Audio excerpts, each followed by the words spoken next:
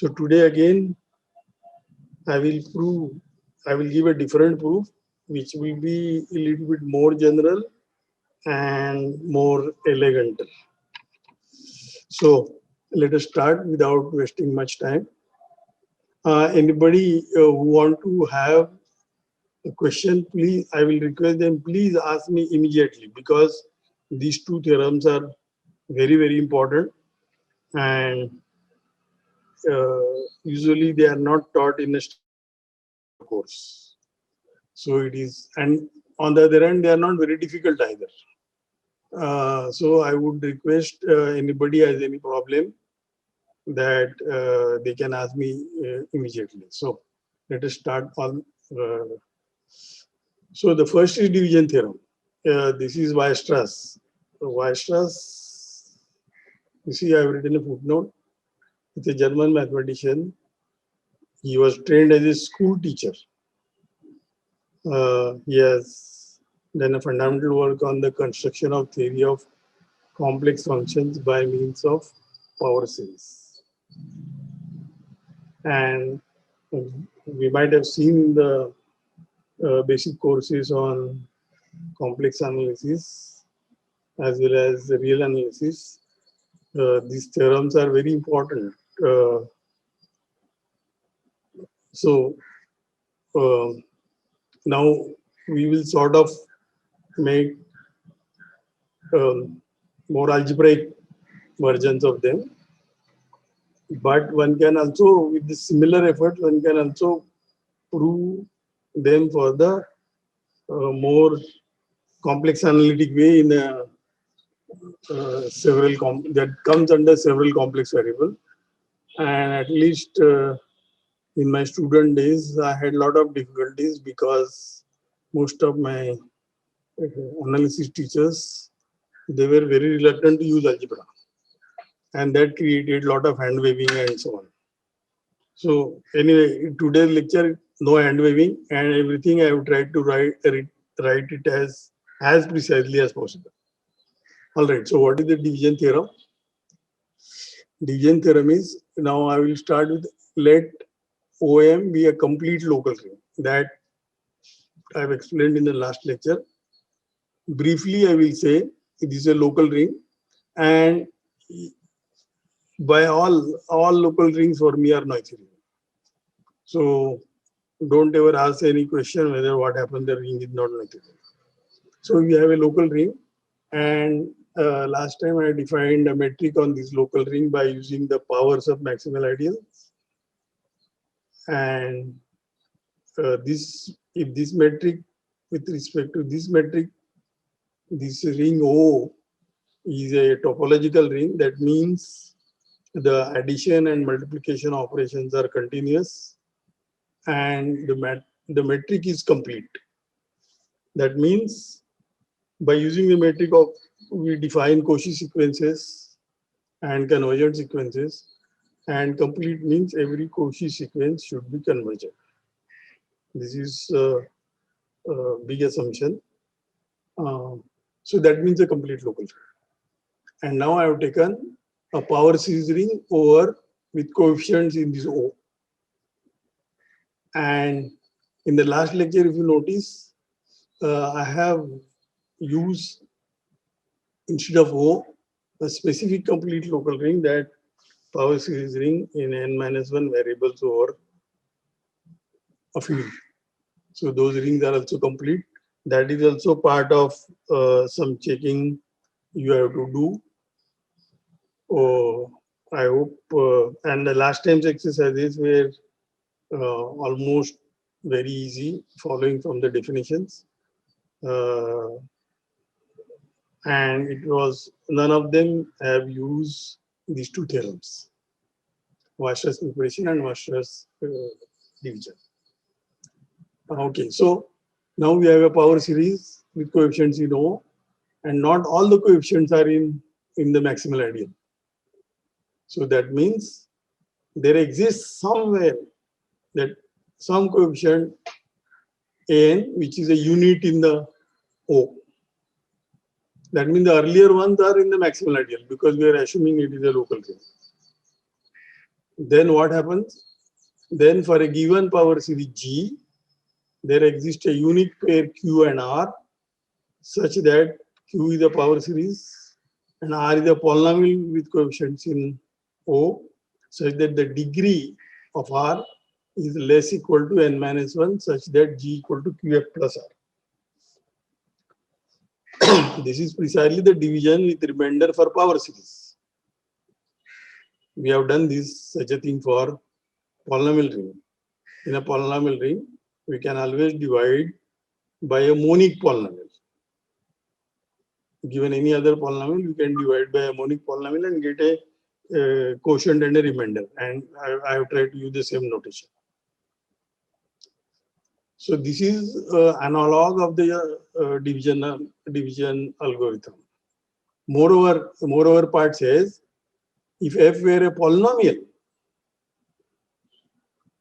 such that the top coefficient is a unit and the remaining coefficients are in the maximal ideal, then G is also a polynomial. And both Q and R also polynomial. So that means you get a polynomial division algorithm in the polynomial ring. All right. So this is the division theorem. So preparation theorem is the preparation theorem. Why is it called a preparation theorem? Because it prepares for many applications that you will see.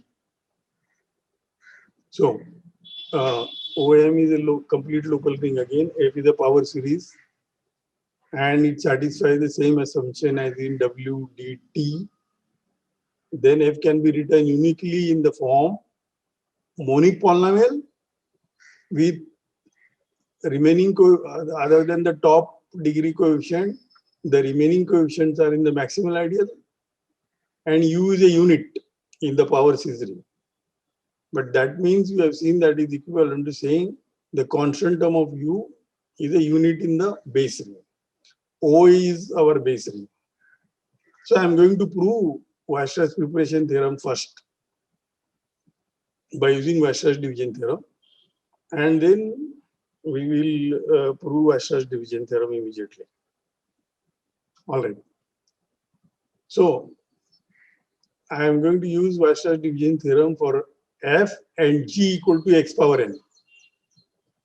F already, as we mentioned, that F already satisfies the assumptions in the WDT. Therefore, I can apply division theorem for any other power series, and I am going to apply it for G equal to x power n. So that means x power n, I can write it as QF plus R, where Q is a power series and R is a polynomial, and the degree of R is strictly less than n. Now I want to note that this Q has to be a unit in the power series. Why is that? Because suppose Q is this power series C0 plus C1x, I have to prove that the constant term of Q, which is C0, should be a unit. But Q is like this, F is like this, that is by assumption A0 to n minus 1 are in M and An is not in M. Now read this equation mod M. What do you get? When I read mod M, then and compare the coefficients of x power n on the both sides, then you will get 1 equal to C0 times An. Earlier terms will disappear because this A0 to n minus 1 are in M, and we get the equation. And later one, I've compared the coefficient of x power n. So 1 is congruent to C0 times An mod M. That precisely means C0 is a unit, and therefore Q is a unit in the power series ring. Therefore, what do we obtain with this? You just rewrite this above equation about division algorithm or division with remainder by shifting the R term to the other side. Then we get QF equal to x power n minus R, and therefore, and Q is a unit, just now we have noted. Therefore, F equal to Q inverse time x power n minus R. And what is R? R is congruent to 0 mod M. Since A0 to N minus 1 are in M. Because R, you again compare the corresponding coefficients in this equation. So you will get, because the coefficients of F, N minus 1, first N minus 1 coefficients of F are in the maximal ideal. So is true for R, but that will mean R is congruent to 0 mod M. And that's why we got. Now in this case, actually, a Q inverse is some power series, so you multiply it out. So anyway, that get absorbed with this UX, and then this thing is a polynomial with the required property. So this is a very elegant proof. This proof is due to Manin. So I will pause for a minute and if anybody wants to ask any questions, please get it cleared. So anybody has any question? Don't hesitate. You have come here to learn. I have come here to teach you.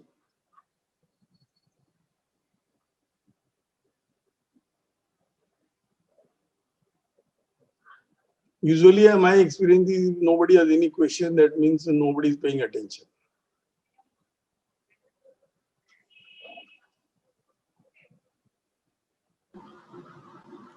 So I have a question. Possibly I'm missing out an argument in my head. Who has a question, Kriti? So it's Kriti. Tell me, what is the question? Yeah. So I see this equation. This says 1 is equivalent to C0 times AM modulo the maximal ideal. Yes. So this is saying modulo the maximal ideal C0 is a unit. No. See, you multiply this out, this from this equation, Q and F, you multiply it out and read mod M and compare the coefficient of X power N. Indeed. Is that clear or it is not clear? Yeah, so we have this equation. After we compare You are splitting. X to the N. You are splitting. Your voice is splitting. Possibly a bad connection here. So we are comparing the coefficients of X to the N. Yes. And we are reading this equation modulo the maximal ideal. Yes. And in this scenario, C0 is a unit. In this scenario? C0 is a unit. Because 1 is equivalent to C0 times AN. Yes. So that means C0 cannot be 0, no? Mod M. Yes. And in fact, it is a unit. See, I didn't get you what you want to ask. What is the difficulty that I didn't get? How does this imply C0 is a unit in the ring? Because C0 is a constant, An is a constant, and M is a maximal ideal of the ring O. And this equation is happening in the ring O. Isn't it? And O is a local ring. So C0 cannot be in M. That means it's invertible. Is it clear now? Okay. Yes. Yeah. Thank you. What was the block? Local ring, is it? Yes. Possibly. Okay. Anybody has any other question?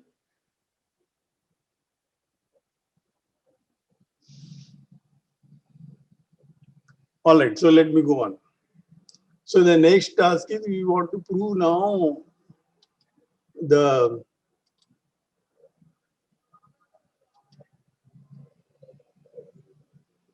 division theorem. And remember, in the division theorem, we cannot use Weierstrass preparation theorem because it will become circular then. All right, division theorem, you have to be a little bit more patient than the preparation theorem. So I am going to define two linear maps on the power series OX. So the first one is any power series, you just concentrate on the first n terms. That's a polynomial of degree at most n minus 1. And that I call it rho p. And the second linear map is you forget the first part. That means you remove the first part. Then it starts with the power series will start with x power n and higher terms.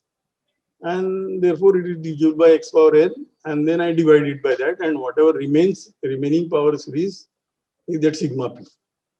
So sigma p will look like bn plus 1 x plus bn plus 2 x square and so on.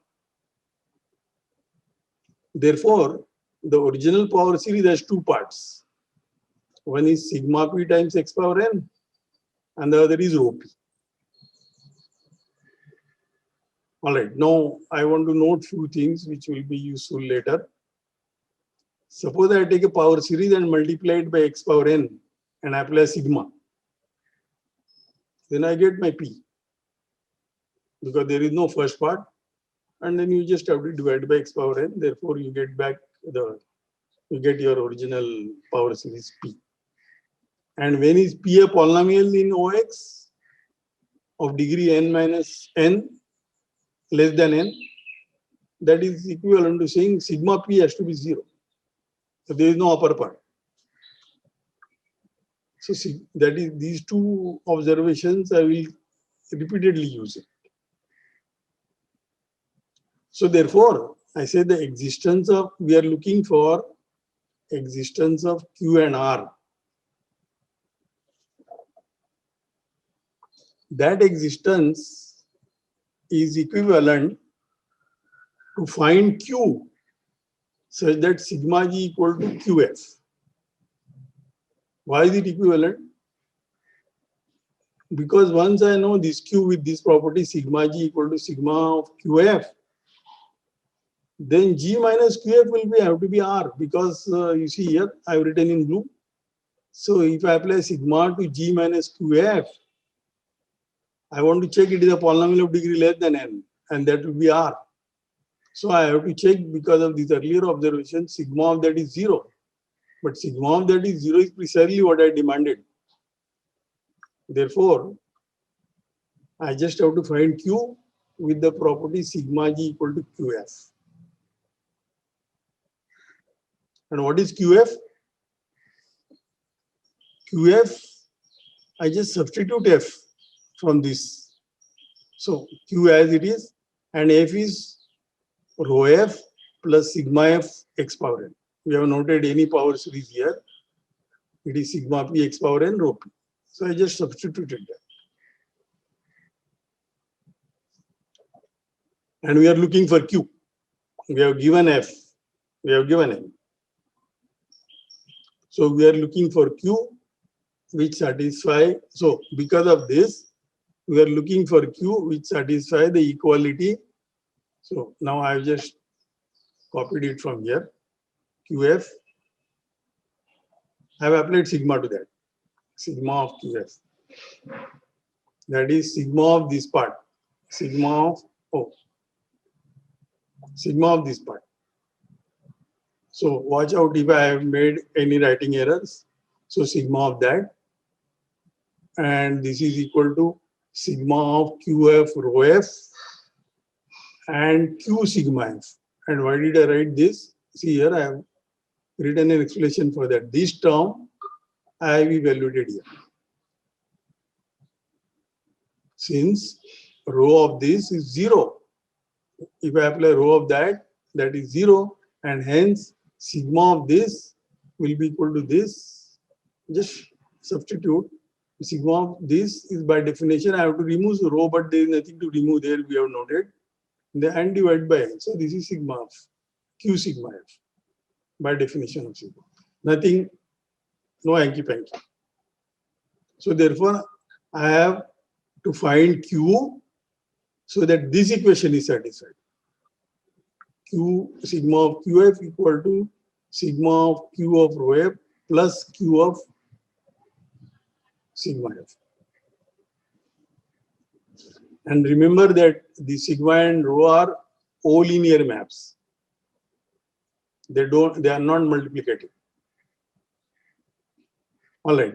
Now since sigma F is a unit by assumption on F, because See here, what is sigma f does? It forgets the earlier coefficients and it starts with this one. The nth coefficient of f is by assumption is a unit. Therefore, by assumption and f, sigma f is a unit in the power series range. Now I just want to put phi equal to this, phi equal to this, phi equal to sigma f, q sigma f, and psi equal to minus, you will see why I have done minus rho f, sigma f inverse times rho phi, rho f, and eta equal to sigma of g. Remember, sigma of g makes sense.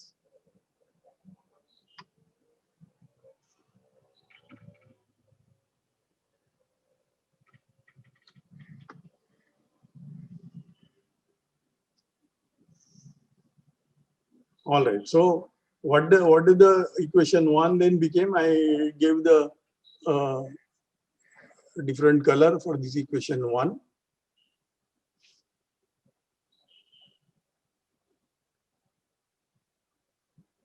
All right. So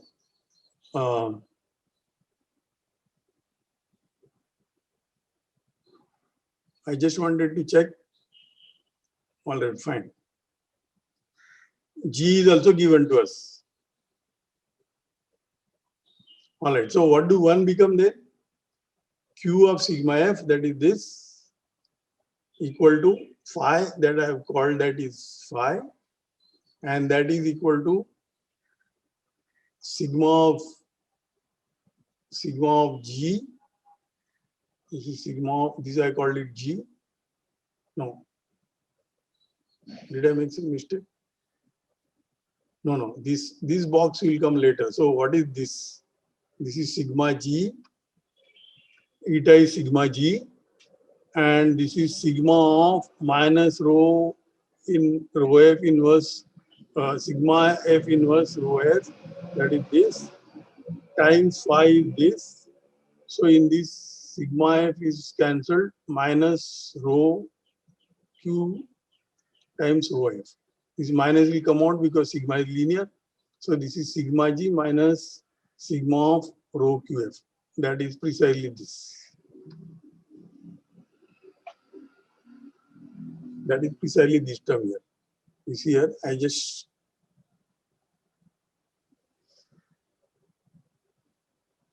this is sigma of that. That is this term. I have shifted to the other side, and this is here, and this is here. Sigma g. G is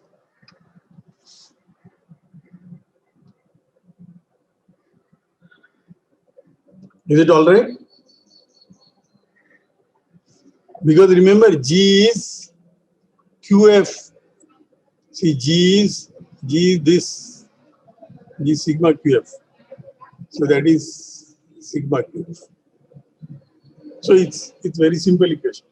I have not done anything. I just meticulously put the substitutions. And what are you looking for again? Now I have shifted the problem to find phi. And what is phi? Phi is Q times sigma f. So put theta y equal to sigma of psi y. And what did I write here? This makes sense. Note that psi belongs to this. This is psi here. Rho f has coefficients in the this by assumptions on f again. And therefore, this makes sense. And hence theta y equal to, so when I coefficients of psi are in m, so when I apply the sigma to that, the coefficients will come out because it is all linear. Therefore, theta y will belong to m power I plus 1 times power series Ox if y is in m power I, because another coefficient will come out from psi. If y is there, then y you can write it as coefficients in m power I, and therefore, and this one has already coefficients in M that we have noted, and therefore the coefficients will come out, and therefore theta y will be m power I plus 1 OX. In particular, what will happen to theta eta? The theta eta is by definition sigma of psi eta, and this psi has coefficients in M, therefore they will come out. Since this has, so this is very simple, right? And I am going to iterate this. I am going to iterate this. You see what I will start with phi. This is by definition this box, sigma of psi phi, and this is eta as it is, and this is by definition theta of phi. This is again theta, eta of plus this, because psi theta we have noted, so it is this, and this is again linearity of O linearity of sigma. So this is eta, theta eta plus theta square phi.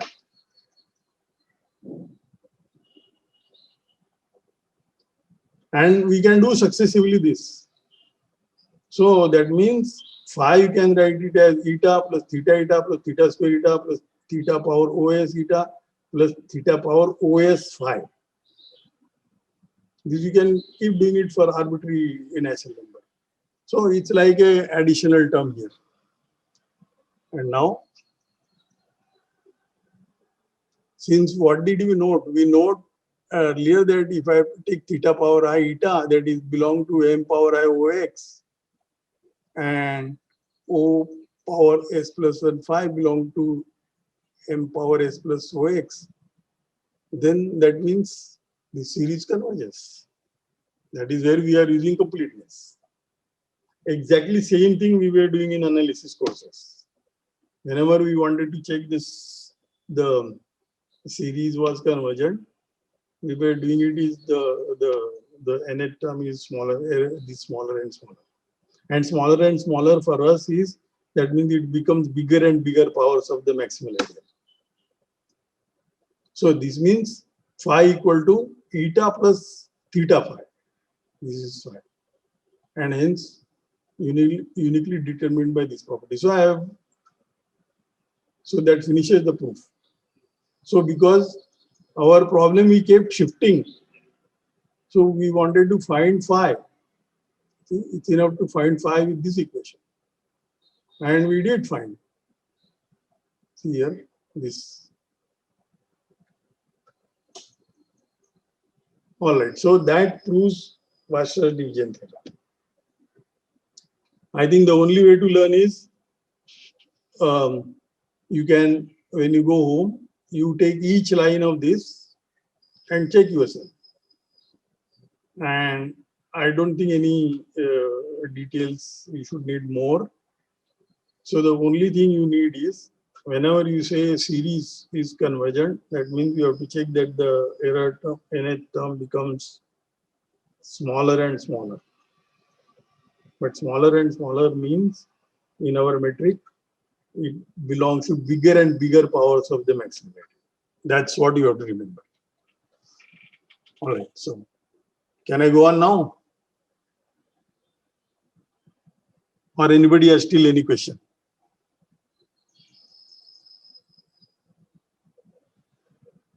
Yes, please. You will not get the chance again.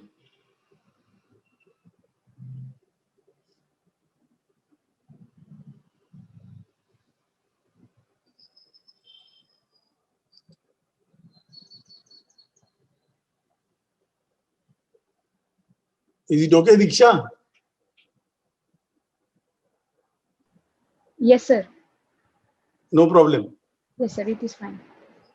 Okay. You have to go back home and check it each line. Yes. All right. So we have proved the existence part.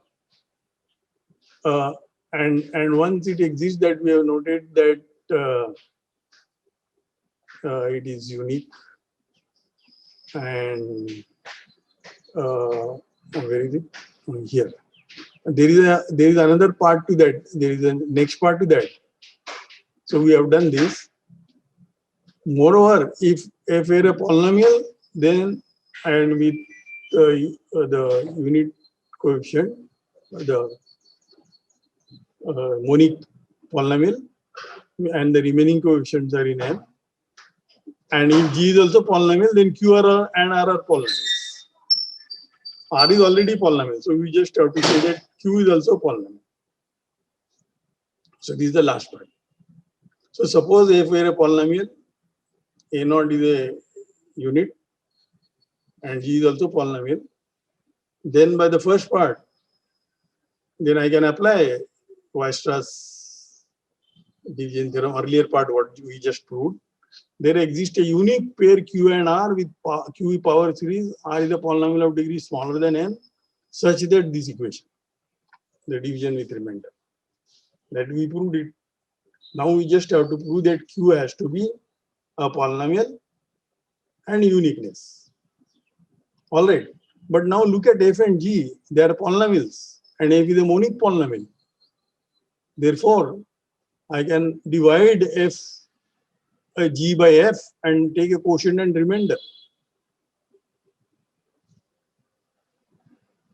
Right? I should have used a different letter here, but anyway, Q prime and R prime.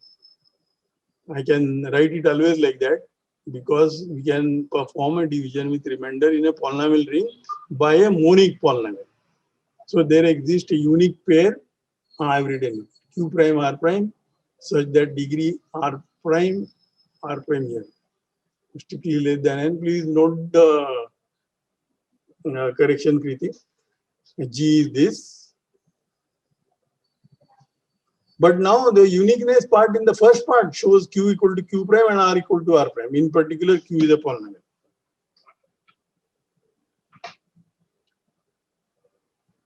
Past is very important. People say past is past, gone, but no. Past will dictate your future, or you get an idea. So don't forget the past. All right. So now I will deduce mainly many consequences.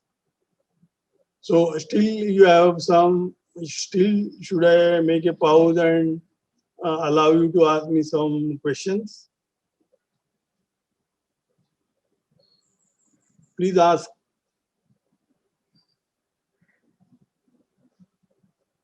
Because now these theorems will be used in everything again and again in next, I don't know, till end of the lecture today and next lectures also. All right, the corollary, if you have a complete local ring and if the power series with assumptions as in the division theorem, that is A0 to n minus 1 is M and n is O, unit in O, then OX modulo ideal generated by F is a free O modulo of rank n. In fact, the residue class of capital X mod F and 1x x power n minus 1 is the O basis of this residue class algebra.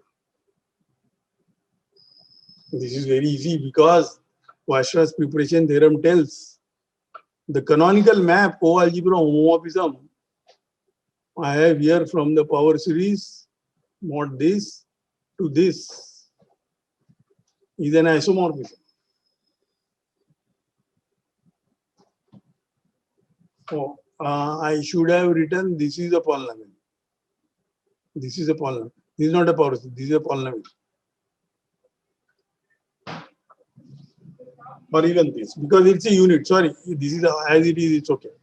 Because this polynomial by Weierstrass preparation theorem, F is unit times such a polynomial.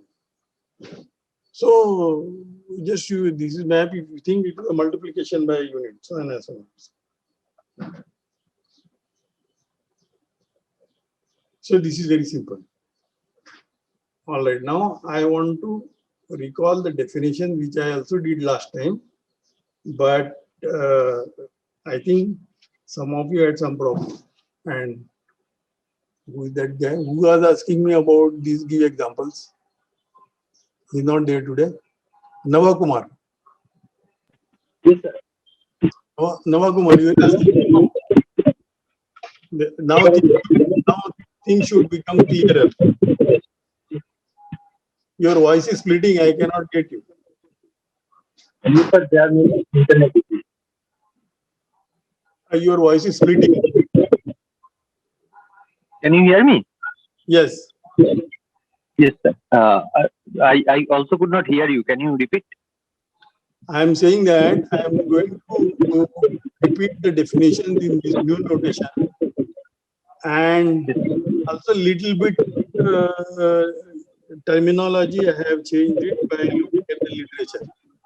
You will see where. Yes, sir. Thank you. So first of all, these definitions are more general. The base ring is a complete local ring. There it was only the power series ring. Okay, so OM is a complete local ring and you have a power series F in OX. The residue class of F modulo M. This is a power series over this field now. This I will denote by F bar. We say that F is a distinguish of degree M with respect to X if this F bar is actually a power series which starts from M onwards. That means the first term is A bar M times X power M. And A bar M is nonce. That is equivalent to saying M is not in M. All right. So there are two observation remark I will make. Last time I called it distinguish of order M, because this F bar has an order M. Because F bar has order M, that is clear. Then why do I want to change it to degree? I looked at the books. Most commutative algebra books don't have this power series chapter. Most, very few have, and books like Professor of Banker, they are too big to read. All right, then I went back to more older books and mostly German. Weierstrass was also German. So they call it degree. And what is their explanation? Because they want to be compatible with the Euclidean algorithm, which was with the power, with the polynomials. And also, the later part will make it, why is it more appropriate to call it a degree than an order? So, note that F is distinguish of degree 0, that is equivalent to saying it's a unit in the power system. Because the 0 term is, the coefficient is not in M, and therefore it is a unit in the power series. And now let me give some example of very special distinguished power series of degree M. And I drop with respect to, because there is only one variable. So that is one other advantage if you deal with a general thing. That is called Weierstrass polynomial of degree M. And how does it look like? It looks like this: x power m plus cm minus 1, x power m minus 1 plus c0, where it's monic one and the remaining coefficients are in M. That is what we proved in Weierstrass preparation theorem. So that is the reason the old German books are calling it a degree and not. All right. So now I made some remarks about with respect to these definitions. So now you can also give the examples. No. So in this case, okay. So now I hope the definitions are clear. If the definitions are not clear, please ask, because if the definitions are clear, then you cannot use them. Therefore, you cannot prove the theorems. Okay.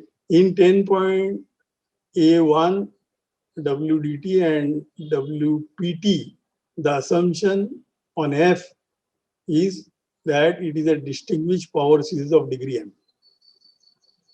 That's clear now, because earlier coefficients are in up to m minus 1 coefficients are in m. So when you read mod m, they will disappear. And the first guy, it will start with m, because m is not in the maximal ideal. That is what we are assuming. Every distinguished power series of degree m. So what does the preparation theorem says? Every distinguished power series of degree m is an associate of a Weierstrass polynomial of degree m. This is what we proved in WPT, because we proved that f is a unit times a Weierstrass polynomial of degree m. So we are describing the distinguished power series of some degree with their associates of the Weierstrass polynomial. Yes. Sir, what about the higher coefficient of f after m? That is not said anything. There is Okay. no assumption on that. They don't play any role now. No. After Why are you asking that question? Is it relevant in this discussion? no, sir. I am asking about the definition of distinguished power series. Yeah. So distinguished power series says, Yeah. if you read mod m, Yes. the first m minus 1 coefficients will disappear. Okay. Okay. That So. means they are in m. Mhm. And the mth coefficient is definitely non-zero. That means it is not in m. Okay. And the later part we don't have any assumption. Okay. Okay. Is that clear? Yes, sir. And then now is it clear to you that the assumption in the Weierstrass theorems is it is a distinguished power series of degree m? Yes, sir. Yes. Okay. And in WPT, what we have proved is if you have a distinguished power series of degree m, it is an associate of the Weierstrass polynomial of degree m. Right. That is much easier way to remember things. One should meditate such statements. In the following lemma, we shall prove that now I am taken a power series ring over a field in n variables. We will prove in a following lemma that if you have a power series, non-zero power series over a field in n variables, then there exists a k-algebra automorphism phi of kx1 to xn such that phi f is a distinguished power series of degree n with respect to xn. This is what we'll prove. And this actually is not new to us. You will see. All right. Now, one can also use division theorem along with Hilbert basis theorem to prove that power series ring in n variables is Noetherian. So let me just say orally how is it proved. It is proved by induction on n. N equal to 1, it's given a PID. So assume by induction that n minus 1 power series ring over k is Noetherian. And now you take any ideal. Non-zero ideal you can assume. So it has a non-zero power series. So the above lemma will tell you that I can change the variables. It's an automorphism, and that means changing the variables so that the image will become distinguished power series of degree m, which is by preparation theorem, it will be like a Weierstrass polynomial of degree m. So therefore, I will reduce the problem to polynomials. And there we know by Hilbert basis theorem. And therefore, so little bit calculation is needed, but I leave it for you to check that this way that power series ring in n variables over a field is Noetherian. There are other ways to prove this also. Even division theorem and preparation theorem, there are other ways to prove it. All right. So if A is Noetherian, then the formal power series ring in n variables is also Noetherian. But this we cannot prove it this way because we don't have a local and complete also. So we cannot use these Weierstrass theorems. But there are other ways to prove this. This is also by induction on n, and it is it's therefore enough to prove for one variable and then you can see the proof in a diamagnetic, which is sort of imitation to the proof of the polynomial ring, which is given in a diamagnetic. So I will not spend time for that. All right, now the lemma that given a power series, non-zero power series, I can change the variable so that it becomes a distinguished power series of degree m with respect to xi. And now, suppose instead of a power series, we have a polynomial ring over a field. Then you remember we have done it. And the same proof will work. Similar proof will work. So that lemma, I have written it more precise statement without a proof. And I want you to fill up the proof. Actually, it's not much. So we have a power series ring, and I have given a power series F. Then I want to write an automorphism of this type, xi going to xi plus xn n power I, n bigger equal to 1, and xn going to xn. Xn is fixed. Then I want to show, then phi f is a distinguished with respect to xn of some degree. Moreover, if k is infinite, then there exists a linear substitution automorphism of the form xi going to xi plus ai times xn, and xn is fixed with this property. For polynomial, this is what we proved it. And now you remember the substitution you are making by power series whose order is 1. And therefore it makes sense. And now you just have to check. All right? Because whenever you want to check a power series is distinguished of degree n, then you have to just look at the homogeneous part and then do that. So I will leave it for you to check more details. More details means just to check that it becomes a distribution. This lemma is very useful. This lemma, we have used it to prove normalization lemma. All right, so I am going to leave this. Okay, now I will come to the most important consequence of Weierstrass preparation theorem, namely the formal power ring in n variables over a field is a factorial. Factorial means UFD. Of course, this proof you know because you have noted that this K power series x1 to xn is a regular local ring because the maximal ideal is generated by x1 to xn. Dimension is also n, that we have to check.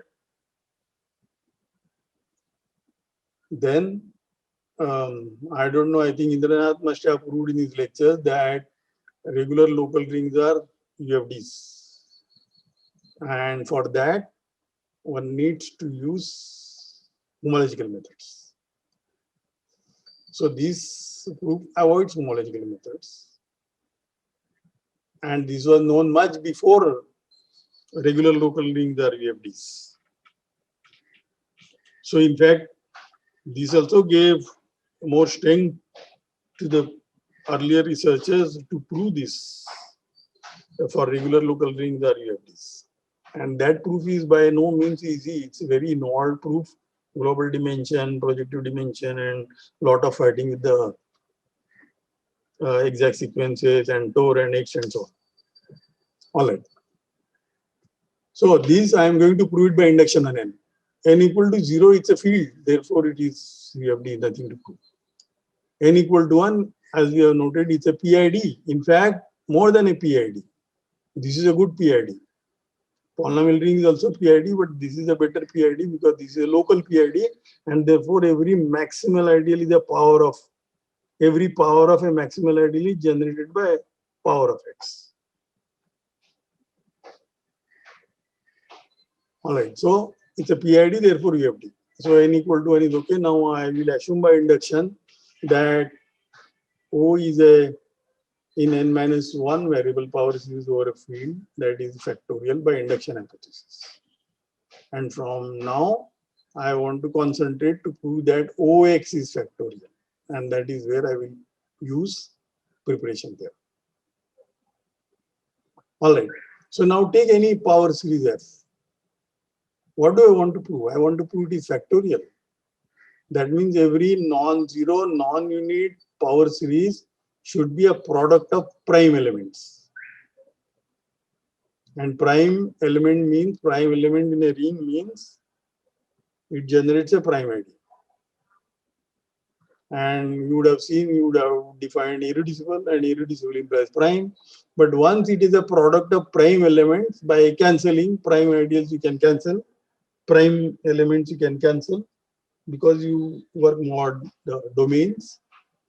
And therefore, it's enough to prove that every power series which is not zero, non-unit, is a product of prime elements. All right. All right, so what does the lemma say?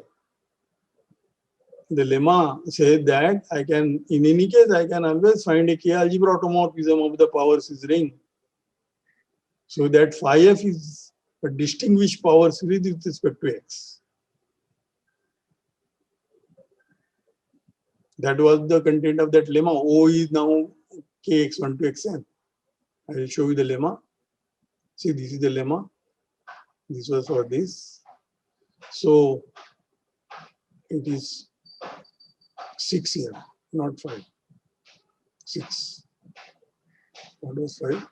Okay. All right. This is 6. So we can find a K-algebra automorphism so that that power series, the given power series, will become a distinguished power series with respect to X.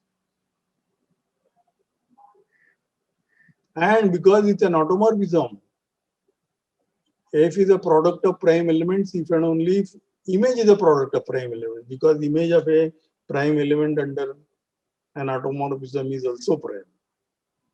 Therefore, I can assume that the given power series is a distinguished power series with respect to X. This I did it because I want to apply Weierstrass preparation theorem.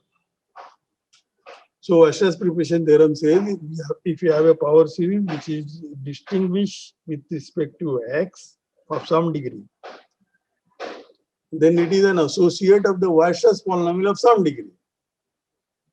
And hence, I can even assume that F is actually a polynomial over O, a monic polynomial of degree M.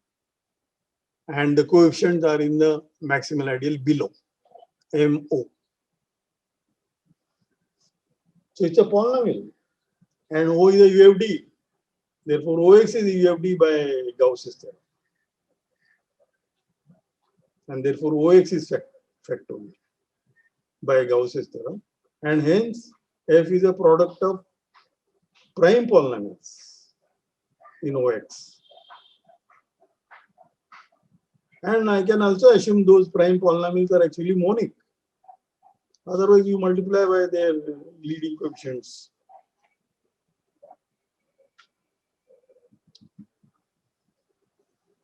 All right. They are all monic polynomials because F is also monic. Not because, but you may still have the coefficient and coefficient of P1 and coefficient of P2 may be inverses of each other and so on. But we can collect and then we can assume that they are all monic polynomials. Therefore, they are Weierstrass polynomials by definition. Since, why are they Weierstrass? Because when you read mod F bar is P1 bar, Ps bar denote the substitution homomorphism xi going to 0 for n minus 1 and x going to x. And Weierstrass preparation theorem also says that OX mod Pj is same as O power series x mod Pj. And hence, they are prime ideal here, therefore they are prime ideal there. Therefore, they are prime elements in the power system. And that's it. So we have proved that F is a product of prime elements in the power series. All right, the next one now. Now, consequences. More consequences of WDT and WPT.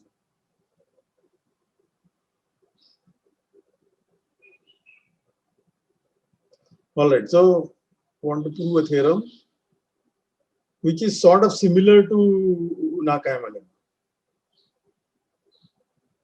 K is a field and X is a bunch of variables, Y is also a bunch of variables, and M is a finite module over a power scaling over K in X and Y.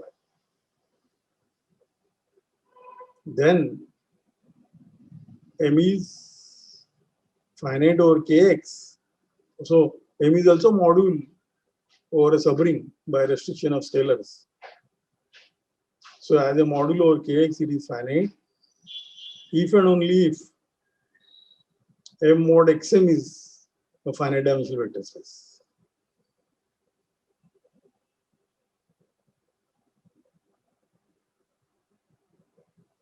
Make sure that the statements are clear. So one implication is obvious. If it is a finite module, then by going mod X also it becomes a finite module. But then it's a module over K because we are working with a power scaling in X over K. So this implication is clear. To prove the converse, I will assume M equal to 1 and then go by induction. And incidentally, M equal to 1 is the difficult case. So I have written it completely. Now consider a map, left multiplication by y1 on this M by xm. It's a left multiplication by y1.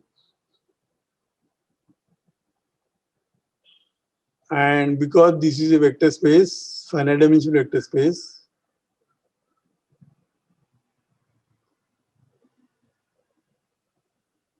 therefore, and lambda y1 is k-linear, therefore I can use Cayley-Hamilton.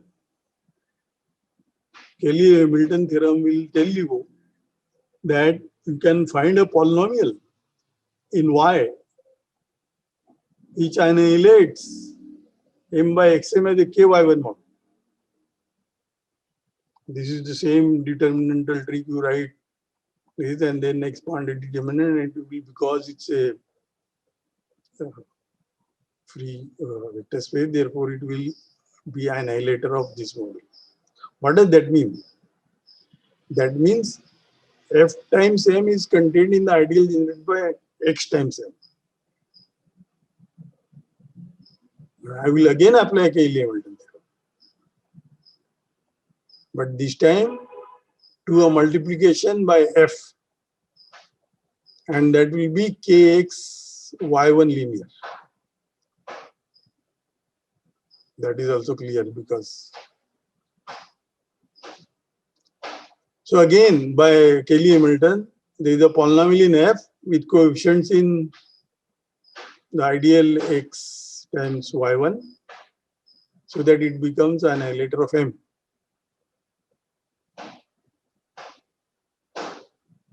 But that means what? That means m is a finite kx y1 mod g module. Because mod g, it belongs to an annihilator. G belongs to an annihilator. So mod g, m is a module over that quotient ring, and it is finite. Now g is the Weierstrass polynomial with respect to y1. Look at g. G is the Weierstrass polynomial with respect to y1 because f was what? F was monic in y1. So when I substitute here, then it's G the monic polynomial and all these HIs are in ideal generated by X and Y1. That means precisely the G the Weierstrass polynomial with respect to Y1 of some degree. This is by construction of F and G if you want. And Kx Y1 mod G is finite modulo over Kx. That is again by that corollary because G is the Weierstrass polynomial. And therefore, M is finite over this and this is finite over Kx, therefore M is finite over Kx. That's it.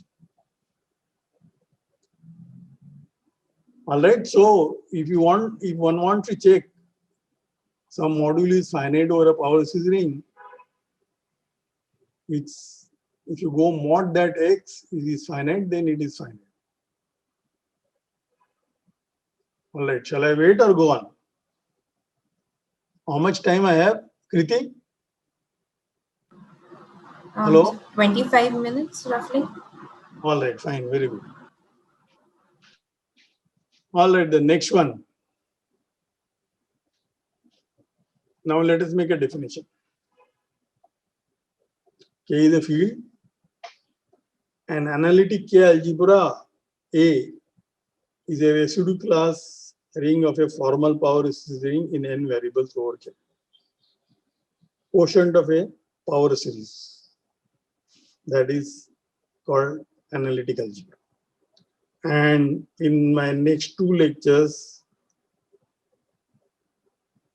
I will prove that if you have a complete local ring, Noetherian complete local ring, which contains a field K, it has to be an analytic algebra. This is very, very important theorem. But I will prove it for complete local rings which contain a field. It may not be analytic algebra over that field, but by enlarging a field, that is the most difficult part of the theorem I just said orally. That is called the coherent structure theorem for complete local rings which contain a field. So that means if you are working in algebraic geometry, all geometric local rings that we consider, they are over a field. Therefore, for geometric rings, it is very, very important theorem and it is used very much. It is true even for the rings which don't contain a field, and especially the number theory people would like that, because number theory people, the Z, for example, it doesn't contain any field. So if one takes periodic numbers and power series in periodic number, for example, what do? It doesn't contain a field. All right, so that is more difficult theorem and more prerequisites are required for that. So I will not get into that, but I will definitely prove geometric local rings. For it is called a structure theorem for geometric local rings. All right. So corollary for the above observation, if I have a field and A and B are 2 analytic algebras, K algebras, and if you have a local homomorphism from A to B, so analytic algebras are local by definition. They are complete by definition.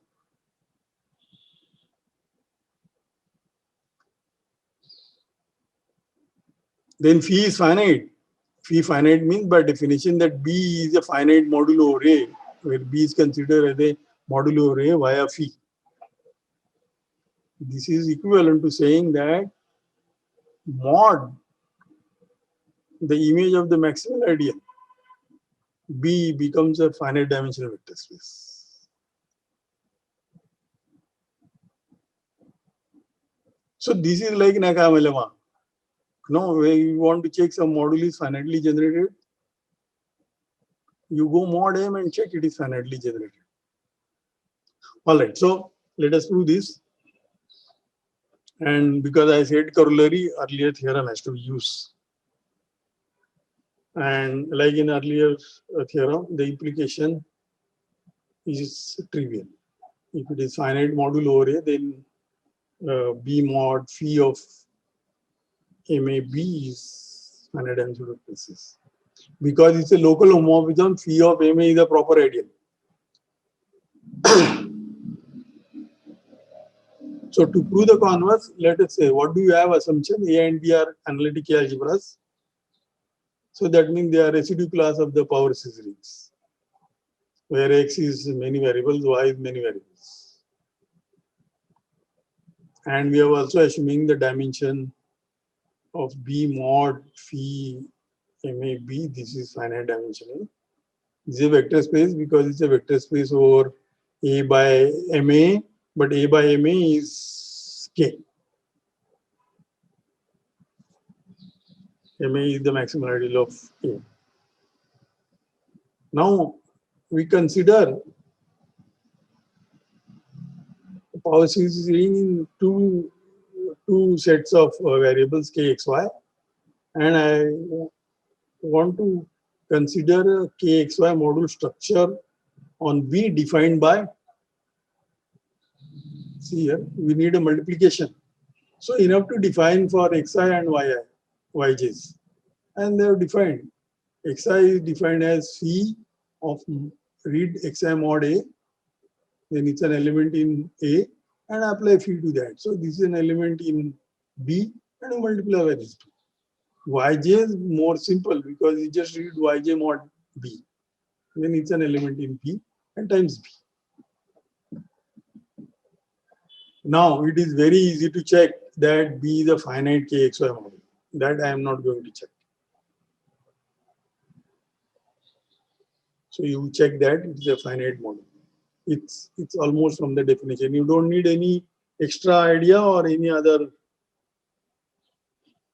prerequisite for this. Furthermore, when I go mod X, B by ideal generated by X times B, this is B modulo phi of MA times B. This is also clear because the maximal ideal of A is generated by X. X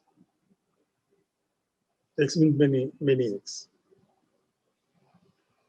So therefore, this B by XB is finite over A by MA, which is the field K, and therefore apply the earlier theorem, which will tell you B is finite over A. All right, now if you have difficulty in checking this, you have to remember this. What you will have to check? More precisely, if the residue classes of the element G1 to GR in B mod this, they generate this as a K vector space, then G generate B as a model. This is precisely what we are checking in Nakayama. All right, so now we'll go on. Any question? Purnashri, any question? No, sir. It's okay. Okay.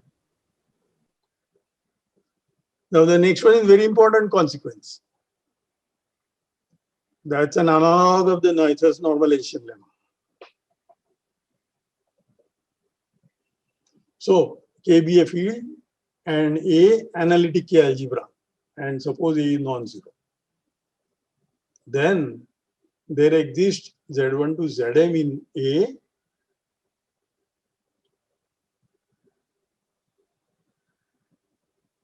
Actually, I should have written in MA.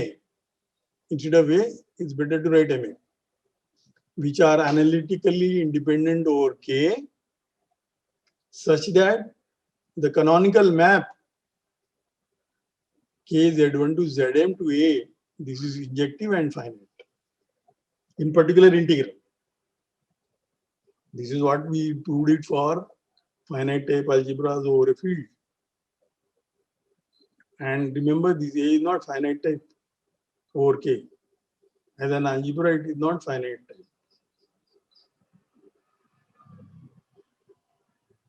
All right.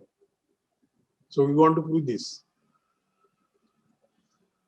So first of all, we may assume that F, there is an F in the ideal. A is non-zero, so this A is a proper ideal. I can assume, and A is 0, there is nothing to prove. I can take Z1 to Zm equal to X1 to Xn. So A is non-zero, so I choose a non-zero power series in A, this ideal A, which is distinct, and I can make it distinguish by applying Weierstrass theorems in Xn. And moreover, Actually, if the field is infinite, I can make it distinguished by making a linear change of variables. That is what I have written in this bracket. In case when k is infinite, there exists a matrix M in GLN, so that I will take this x1 to z1 to zn as this. All right, that doesn't, so that these are the new variables. So anyway, I will make it distinct. This bracket thing, you remove it if you like. That was just a side thing to say that when k is infinite, we can make it linear change. Now the corollary says that if I go mod this distinguished power series, it's a finite modulo or one variable less, because it has, you can make it, it's a distinguish, and therefore that uniqueness of Q and R will make it these are modulo or finite modules, because it's a free in fact. Therefore, the given analytic algebra, this is even a further residue class of this hypersurface, and therefore it is also finite modulo over x1 to xn. And now look at A prime. You contract that A to A, the power series in one less variable. Call it A prime. Now there are two cases. Either A prime is 0 or A prime is non-zero. If A prime is 0, we are done. If A prime is not 0, we use the induction again and keep doing it. Now, little bit more details you have to fill up here. Not much, but little bit only. Also, I wanted to make one more remark here. I forgot now what was that I wanted to make. All right. So that is the normalization lemma. That means if you have analytic algebra, then you can find some element which are analytically independent. Analytically independent just means this ring is a power series ring, like algebraically independent. So this is analytically independent means this map is injective. There is no relation among the sets. There is no power series which satisfies. All right, so that proves normalization lemma. Now still I have at least 10 minutes, right? Yes, Kriti? I don't, because next is you now. So next one is now again very interesting. That is implicit function theorem.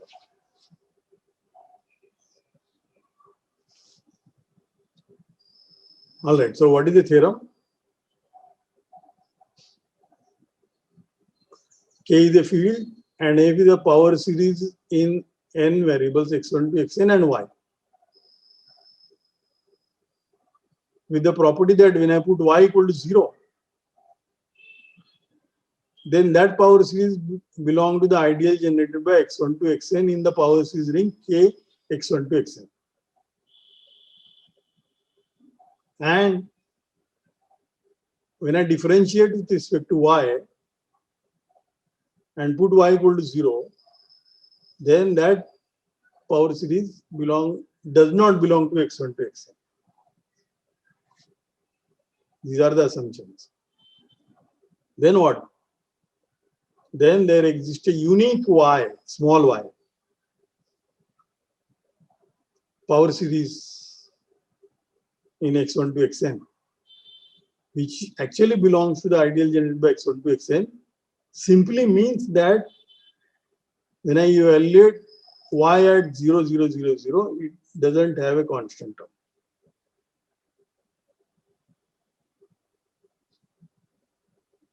Such that f x1 to xn, and instead of capital Y, I put this small y power series in x1 to xn, then it becomes 0.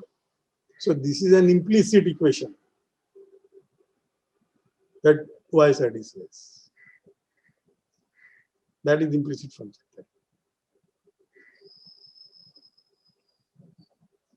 If you have forgotten it from the analysis, in analysis you can actually this is also very particular. I have stated. I chose to state very particular case because if I do it full phrase, we will get buried in the notation and so many things. But this is the crux of the inverse function or implicit function theorem. And you will see the proof is very simple. Proof. So what are the conditions on F? Say, let us understand that. Conditions on F, we have when I put xi is equal to 0 and don't put y equal to 0. What do I get? The coefficient of y is a differentiation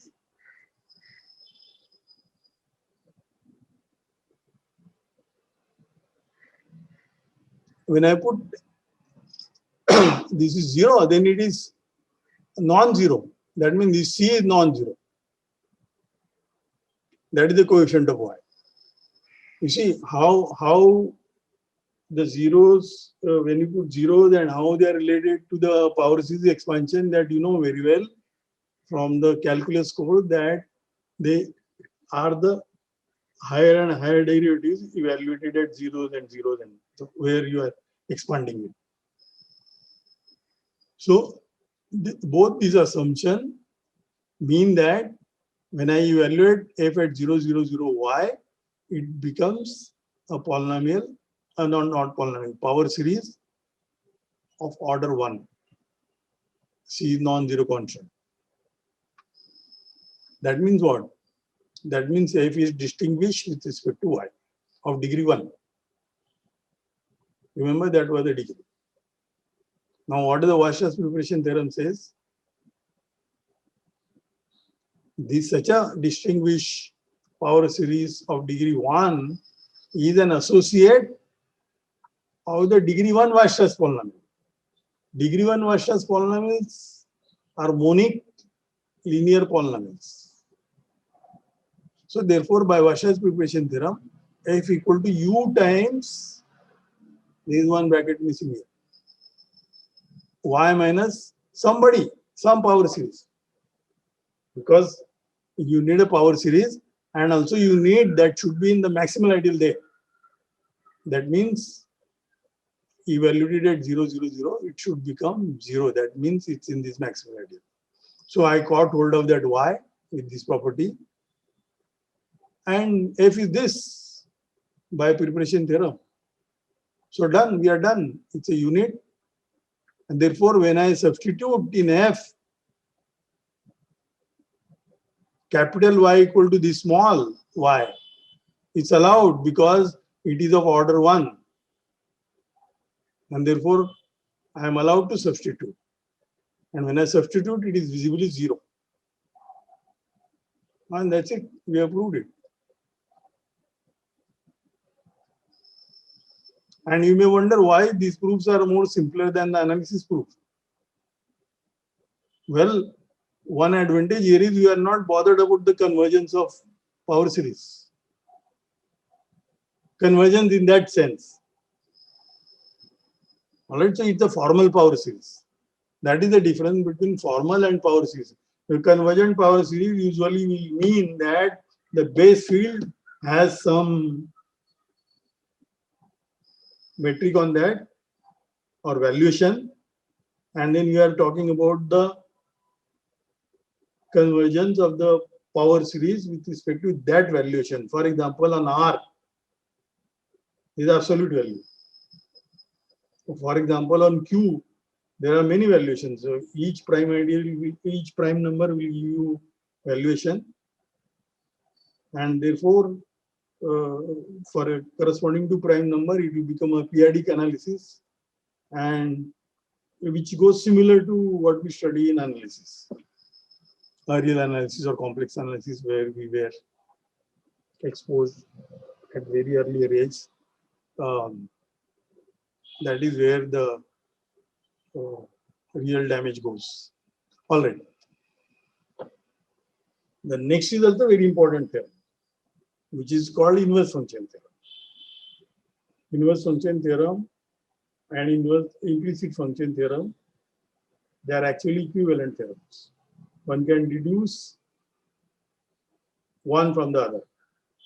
And if you see standard books on analysis like Rudin, etc., they will also deduce inverse function theorem from implicit function theorem. But one can do it the other way also.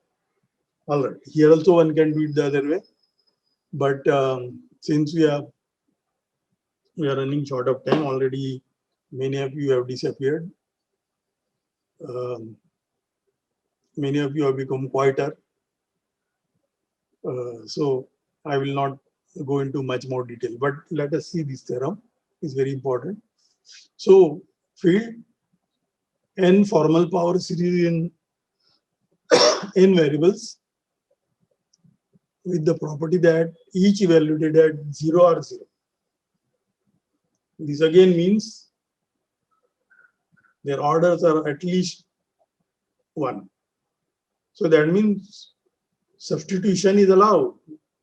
Every time you substitute in a power series, you have to justify that it is allowed. In contrast to the polynomial. So I am taking the substitution homomorphism, substituting xi equal to fi. And then, when is it an isomorphism? How do you check this substitution homomorphism is an isomorphism?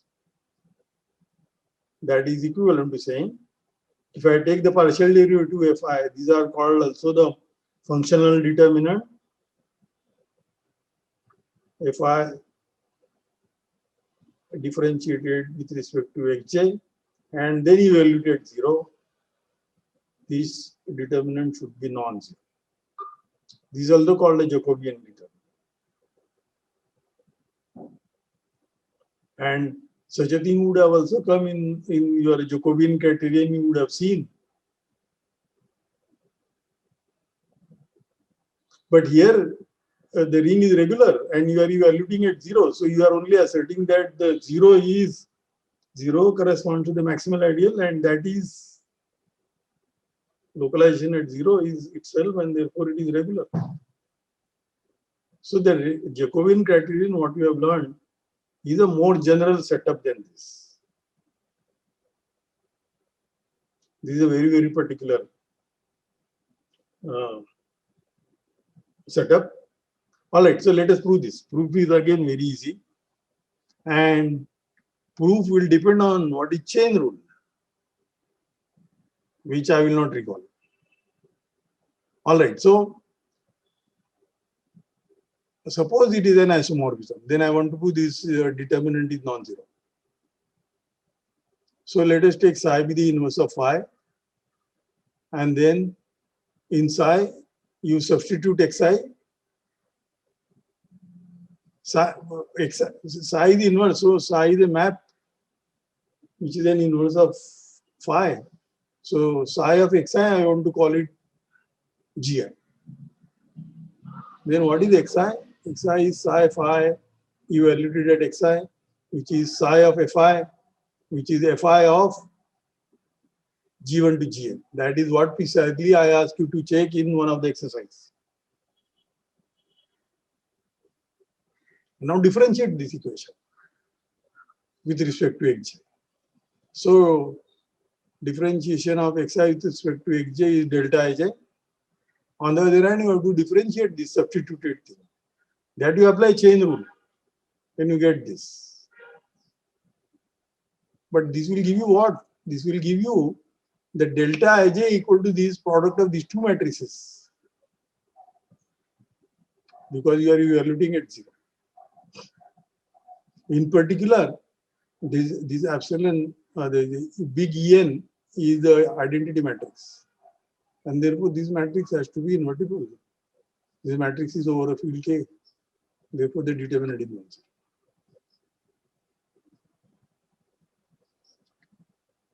All right, the converse. Suppose the determinant is non-zero. This way, we have not done anything. We have not used any implicit function theorem. We have used chain rule. So suppose now determinant you evaluated at 0, this Jacobian determinant you evaluated at 0 is non-zero.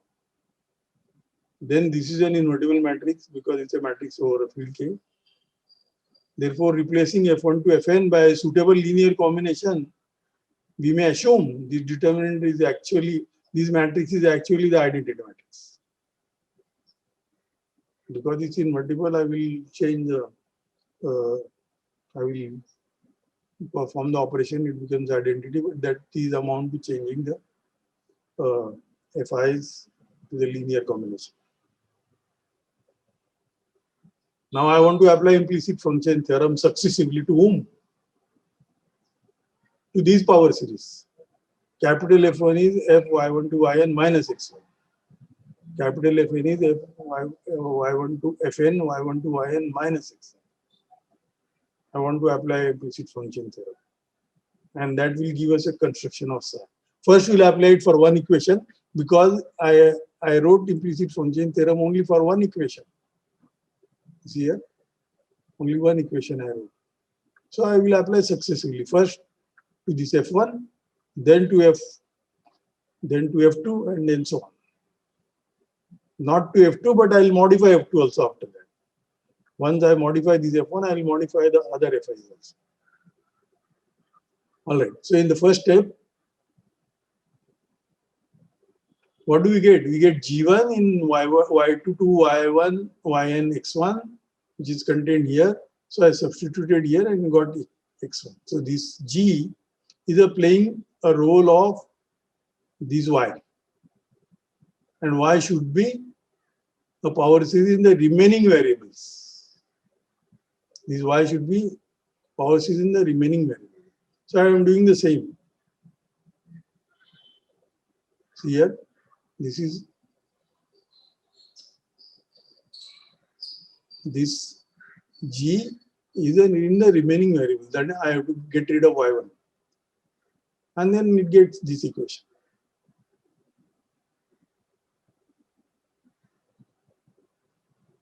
So that from here, this becomes 0. Therefore, this should be F1 here. This becomes equivalent. Now consider the new. Now I want to get rid of that F1 and then F2 tilde is F2 and I substitute instead of Y1 G. And I get n minus 1 equations. And keep applying implicit function theorem. And then this way, what you land into that this determinant, now n minus 1 cross n minus 1 after this little calculation is needed. This becomes identity matrix. And therefore, by induction, I can find G2 to Gn such that if I tilde evaluated G1, G2 to Gn are 0. And then you look at the substitution homomorphism.